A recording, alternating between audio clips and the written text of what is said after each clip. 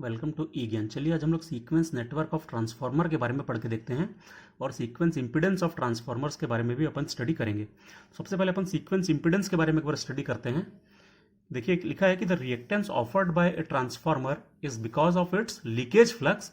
और leakage flux क्या होता है? तो leakage flux is the flux which is limited only to one winding and does not interfere with the flux of other winding. तो इसका मतलब क्या है कि ट्रांसफार्मर का जो रिएक्टेंस होता है और जो उसका इंपीडेंस होता है वो एक्चुअल में उसके लीकेज फ्लक्स के कारण होता है, जिसको आप लोग लीकेज रिएक्टेंस भी बोलते हैं। आपको लोगों को याद होगा, हमने ट्रांसफार्मर में स्टडी किया था कि जो ट्रांसफार्मर का रिएक्टेंस होता है X1 X2, वो क्या होता है? वो लीकेज रिएक्टेंस ऑफ ट्रांसफार्मर होता है। और वो क्यों होता है? तो वो लीकेज फ्लक्स के कारण होता है। लीकेज फ्लक्स क्या होता है? तो लीकेज फ्लक्स भी हम लोगों ने ऑलरेडी मैग्नेटिक सर्किट में स्टडी किया है और साथ ही ट्रांसफार्मर में भी स्टडी किया था कि लीकेज फ्लक्स वो होता है जो ट्रांसफार्मर की वन वाइंडिंग से सिर्फ लिंक करता है, वो दूसरी वाइंडिंग तक नहीं पहुंचता है और ये दूसरी वाइंडिंग के फ्लक्स को अफेक्ट भी या इंटरफियर नहीं कर पाता है। मतलब it is limited to only one winding, इधर प्राइमरी वाइंडिंग और सेकेंडरी वाइंडिंग तक ही वो लिमिटेड रहता है। तो ऐसे लीकेज फ्लक्स के कारण जो रिएक्टेंस होगा वो कहलाएगा लीकेज रिएक्टेंस और उसके कारण जो इंपीडेंस होगा उसको अपन बोलेंगे लीकेज इंपीडेंस।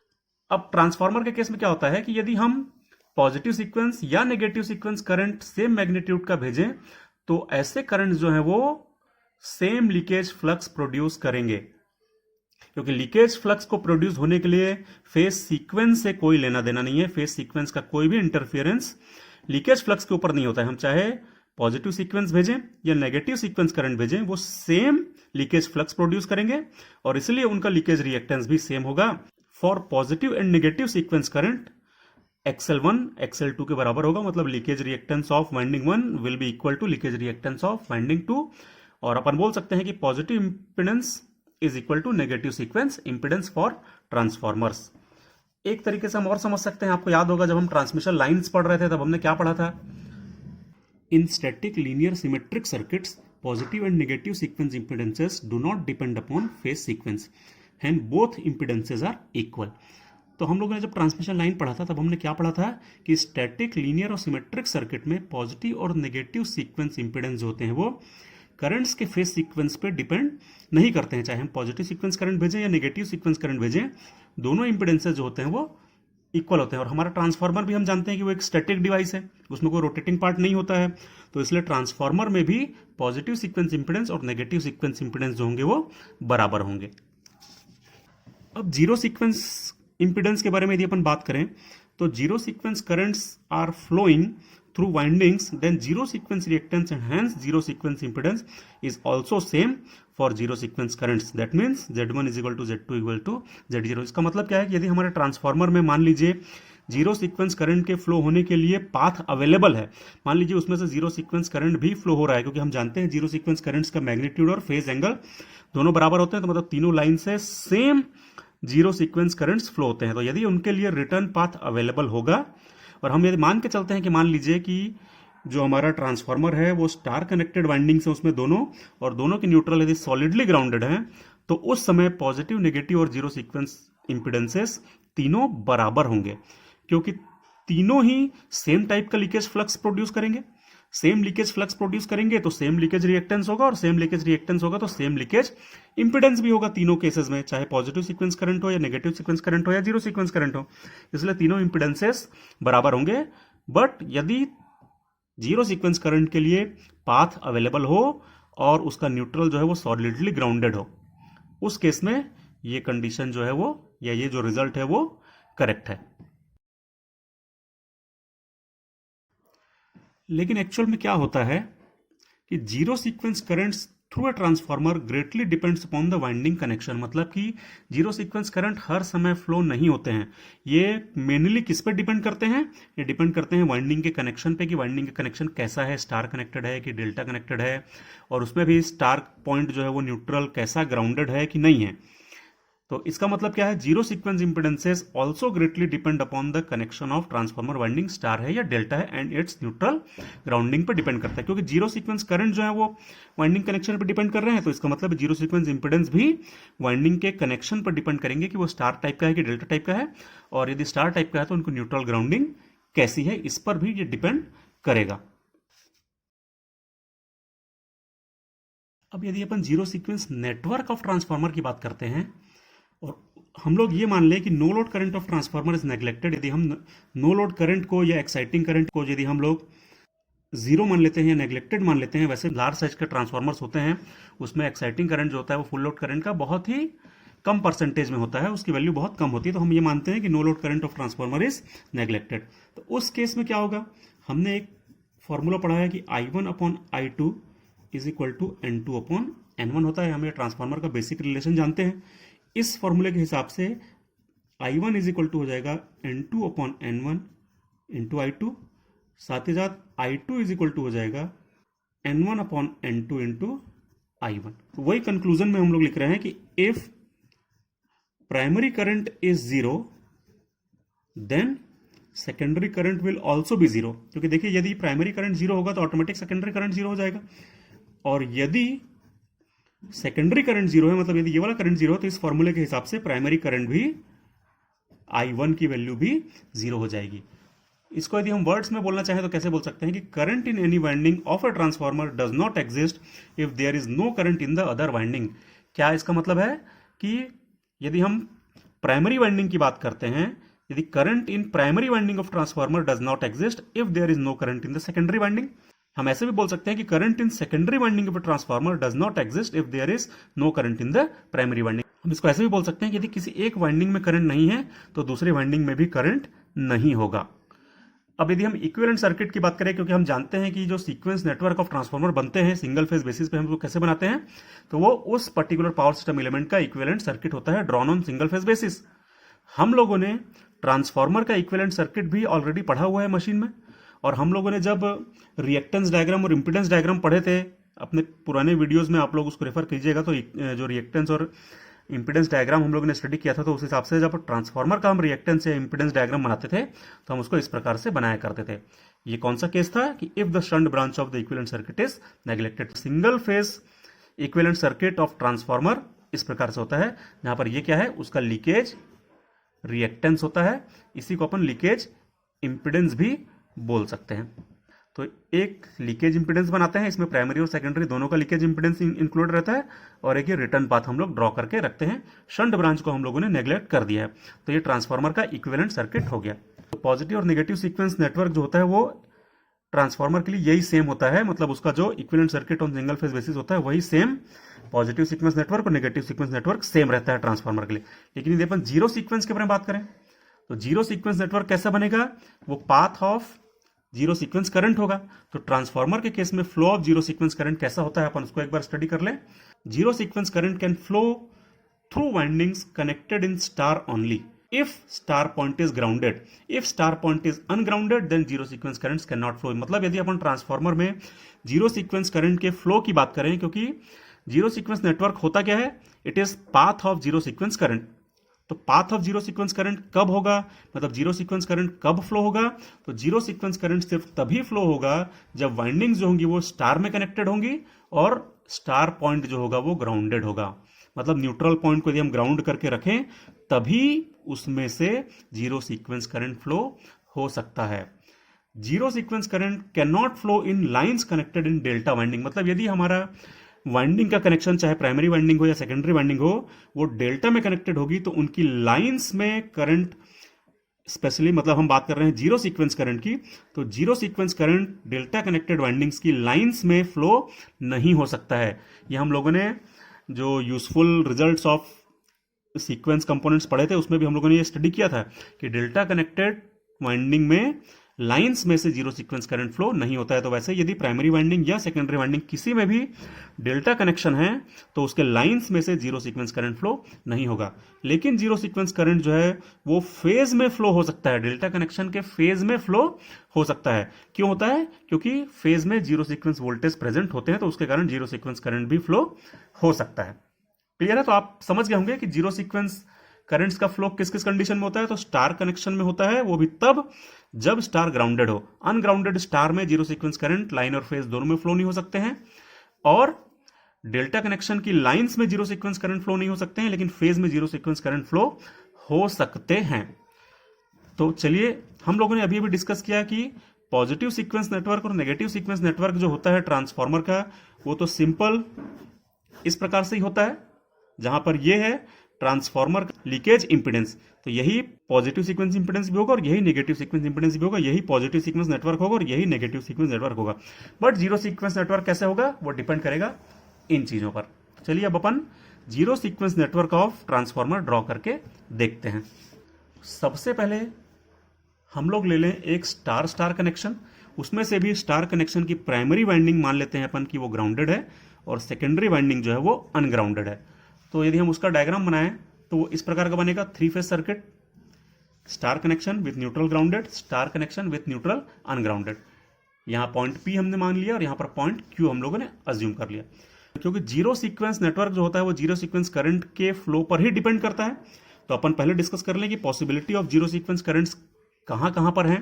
तो क्या प्राइमरी लाइन में जीरो सीक्वेंस करंट फ्लो हो सकता है? तो देखिए ये प्राइमरी लाइन है, इसमें जीरो सीक्वेंस करंट फ्लो हो पाएगा क्योंकि यहां का न्यूट्रल जो है वो ग्राउंडेड है। तो इसलिए हम लोग बोलेंगे कि possibility of zero sequence current in primary line is yes. क्या प्राइमरी वाइंडिंग में या फेज में जीरो सीक्वेंस करंट फ्लो हो सकता है? तो स्टार कनेक्शन में यदि लाइन में होगा तो फेज में भी होगा, तो यहां पर भी आ जाएगा यस। सेकेंडरी वाइंडिंग की यदि हम बात करें, ये सेकेंडरी वाइंडिंग है, इसमें जीरो सीक्वेंस करंट फ्लो नहीं हो सकता क्योंकि ये अनग्राउंडेड है।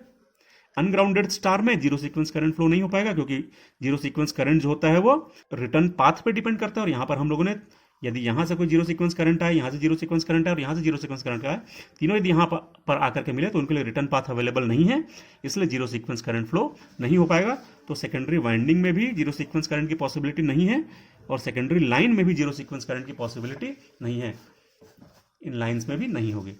तो इस प्रकार से प्राइमरी लाइन और प्राइमरी वाइंडिंग में जीरो सीक्वेंस करंट की पॉसिबिलिटी है, सेकेंडरी लाइन और सेकेंडरी वाइंडिंग में जीरो सीक्वेंस करंट की पॉसिबिलिटी नहीं है। यदि हम इसका सीक्वेंस नेटवर्क बनाना चाहें तो किसी भी ट्रांसफार्मर का सीक्वेंस नेटवर्क कैसा बनता है? तो अब ध्यान रखिएगा, ये उसकी वाइंडिंग होती है ट्रांसफार्मर की और यहां पर हम लोग लाइंस बनाते हैं और ये हमारा रिटर्न होता है। यहां पर भी अपन लोग स्विच बना करके रखते हैं। ये साइड कहलाता है प्राइमरी, ये साइड कहलाता है सेकेंडरी। ये जो दोनों स्विचेस हैं ये कहलाते हैं डेल्टा कनेक्टेड कनेक्शन के स्विच। यदि हमारी वाइंडिंग डेल्टा कनेक्शन में है तो ये स्विच क्लोज रहेंगे, ये यदि डेल्टा कनेक्शन में है तो ये भी क्लोज रहेगा। ये हमारे स्टार कनेक्शन के स्विच होते हैं, मतलब यदि स्टार ग्राउंडेड होगा तो ये स्विच क्लोज होगा, ये स्विच क्लोज होगा। लेकिन यदि स्टार अनग्राउंडेड होगा तो जिस साइड का भी स्टार अनग्राउंडेड है वहां का स्विच ओपन रहेगा, जहां का स्टार ग्राउंडेड है वहां का स्विच क्लोज रहेगा।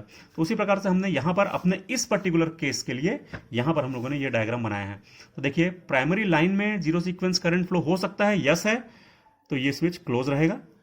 प्राइमरी वाइंडिंग में भी फ्लो हो सकता है, क्योंकि प्राइमरी वाइंडिंग हमारी स्टार कनेक्शन है इसलिए हमको यहां वाला डायग्राम नहीं बनाना है, ये तो डेल्टा कनेक्शन के लिए रहता है। वैसे सेकेंडरी वाइंडिंग में नहीं हो सकता है तो यहाँ का स्विच तो ओपन रहेगा ही, सेकेंडरी लाइन में नहीं हो सकता है तो इसलिए यहाँ का स्विच भी ओपन रहेगा। तो ये बन जाएगा हमारा star star connection with one winding grounded के लिए जीरो सीक्वेंस नेटवर्क।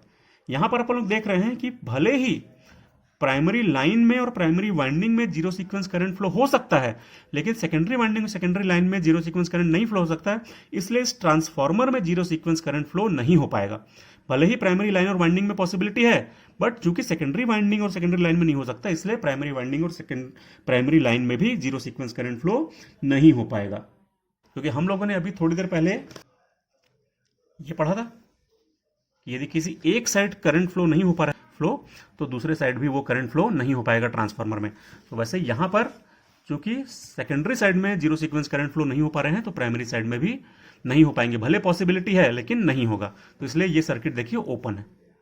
चलिए अपन दूसरा एग्जांपल लेकर के देखते हैं जिसमें हम लोग ले रहे हैं दोनों साइड स्टार स्टार हैं और दोनों साइड ही ग्राउंडेड है। मतलब यदि इसी डायग्राम को मैं थोड़ा सा रेक्टिफाई करूं और इसी को यहां पर मैं ग्राउंडेड बना दूं तब क्या होगा? यहां पर भी ग्राउंडेड है, यहां पर भी ग्राउंडेड है, दोनों साइड स्टार है और स्टार ग्राउंडेड सिस्टम में जीरो सीक्वेंस करंट लाइन और फेज दोनों में फ्लो हो सकते हैं। तो यहां पर भी लाइन में भी फ्लो होगा, यहां पर फेज में भी फ्लो होगा। तो यदि हमारा इस प्रकार का कनेक्शन है तो possibility of zero sequence current कैसा होगा? प्राइमरी लाइन में भी यस होगा, प्राइमरी वाइंडिंग में भी यस होगा, सेकेंडरी लाइन में भी यस होगा और सेकेंडरी वाइंडिंग में भी यस होगा। तो स्टार वाले स्विच मैंने कहां बताया था? ये दोनों स्टार वाले स्विच होते हैं और ये दोनों डेल्टा वाले स्विच होते हैं। क्योंकि हमारा सिस्टम स्टार स्टार है तो इसलिए डेल्टा वाले स्विच हम लोगों ने नहीं बनाए हैं और स्टार वाले स्विचेस बने हैं। यदि स्टार कनेक्शन हमारा प्राइमरी में ग्राउंडेड है तो प्राइमरी का स्विच क्लोज, यदि स्टार कनेक्शन हमारा सेकेंडरी में ग्राउंडेड है तो सेकेंडरी का भी सिस्टम ये स्विच जो है वो क्लोज है। क्योंकि चारों में हमारी possibility of zero sequence current yes है, इसलिए हम लोगों ने दोनों स्विच को क्लोज किया है। तो इसलिए इसमें से जीरो सीक्वेंस करंट जो है वो फ्लो होंगे, लाइन में भी और फेज में भी। चलिए अब अपन एक और एग्जांपल लेकर के देखते हैं। अब हम लोग मान लेते हैं प्राइमरी साइड में स्टार ग्राउंडेड है और सेकेंडरी साइड में डेल्टा कनेक्शन है। ये हम लोगों ने उसका 3 फेज कनेक्शन बना लिया है। अब क्या होगा देखिए, यदि हमारा स्टार साइड है और वो ग्राउंडेड है, डेल्टा साइड है इस तरफ, तो स्टार ग्राउंडेड में हम लोगों ने पढ़ा है कि जीरो सीक्वेंस करंट जो है वो लाइन में भी फ्लो होते हैं और फेज में भी फ्लो होते हैं। लेकिन डेल्टा कनेक्शन में हमने क्या पढ़ा था कि डेल्टा कनेक्शन में लाइन में जीरो सीक्वेंस करंट फ्लो नहीं हो सकते, फेज में जीरो सीक्वेंस करंट फ्लो हो सकते हैं। तो हम लोग यदि लिखें यहां पर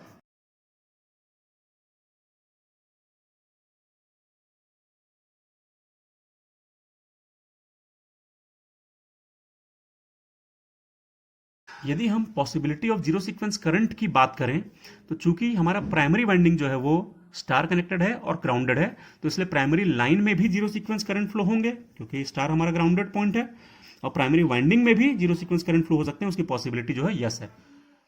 लेकिन यदि हम डेल्टा कनेक्शन की बात करें, क्योंकि सेकेंडरी साइड में डेल्टा कनेक्शन है, तो डेल्टा कनेक्शन में हम जानते हैं कि लाइन में जीरो सीक्वेंस करंट फ्लो नहीं हो सकते, तो इसलिए सेकेंडरी लाइन में पॉसिबिलिटी नहीं रहेगी। लेकिन डेल्टा कनेक्शन के फेज में जीरो सीक्वेंस करंट्स फ्लो हो सकते हैं, तो इसलिए फेज में पॉसिबिलिटी जो रहेगी वो यस रहेगी। अब यदि हम लोग बनाना चाहें इक्विवेलेंट सर्किट या zero sequence network of transformer for this type of connection, तो क्या रहेगा, प्राइमरी लाइन से फ्लो हो सकता है, तो प्राइमरी लाइन का जो स्विच रहेगा वो कनेक्टेड रहेगा। सेकेंडरी लाइन में ओपन रहेगा, तो ये वाला स्विच जो हम ओपन करके रखेंगे। सेकेंडरी वाइंडिंग में फ्लो हो सकता है, तो सेकेंडरी वाइंडिंग का जो यहां पर हमने स्विच बना के रखा था ये भी क्लोज रहेगा। इसीलिए जीरो सीक्वेंस करंट जो है वो इस प्रकार से फ्लो हो पाएगा। आई होप आप लोगों को क्लियर हो गया होगा, क्योंकि पॉसिबिलिटी जहां जहां पर यस है वहां वहां के स्विच हमने क्लोज किए हैं, जहां पर पॉसिबिलिटी नो है वहां का स्विच हम लोगों ने ओपन रखा है। तो ये हो गया zero sequence network of star delta transformer with star point grounded. चलिए हम एक एग्जांपल और लेकर के देखते हैं, delta delta connection. Delta delta connection में क्या होगा,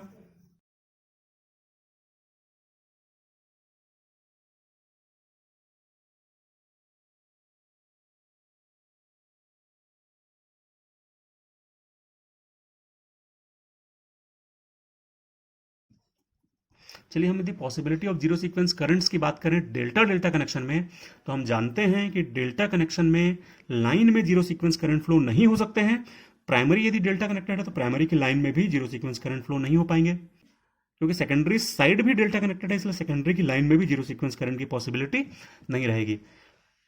डेल्टा कनेक्शन की वाइंडिंग्स में या फेज में जीरो सीक्वेंस करंट्स फ्लो हो सकते हैं, और दोनों ही साइड डेल्टा कनेक्शन है, मतलब दोनों साइड की वाइंडिंग्स में जीरो सीक्वेंस करंट की पॉसिबिलिटी यस रहेगी, इसलिए हम लोग दोनों साइड में यस लिखेंगे। अब यदि हम लोग जीरो सीक्वेंस नेटवर्क बनाना चाहें,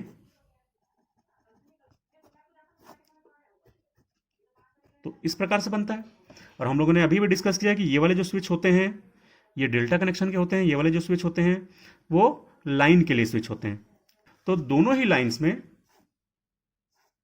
पॉसिबिलिटी नहीं है, इसलिए ये दोनों स्विचेस जो होंगे वो ओपन रहेंगे, और दोनों वाइंडिंग में जीरो सीक्वेंस करंट की पॉसिबिलिटी यस है, इसलिए ये दोनों स्विच क्लोज रहेंगे। तो zero sequence network for delta delta connection जो है वो इस प्रकार का रहेगा ट्रांसफार्मर के लिए।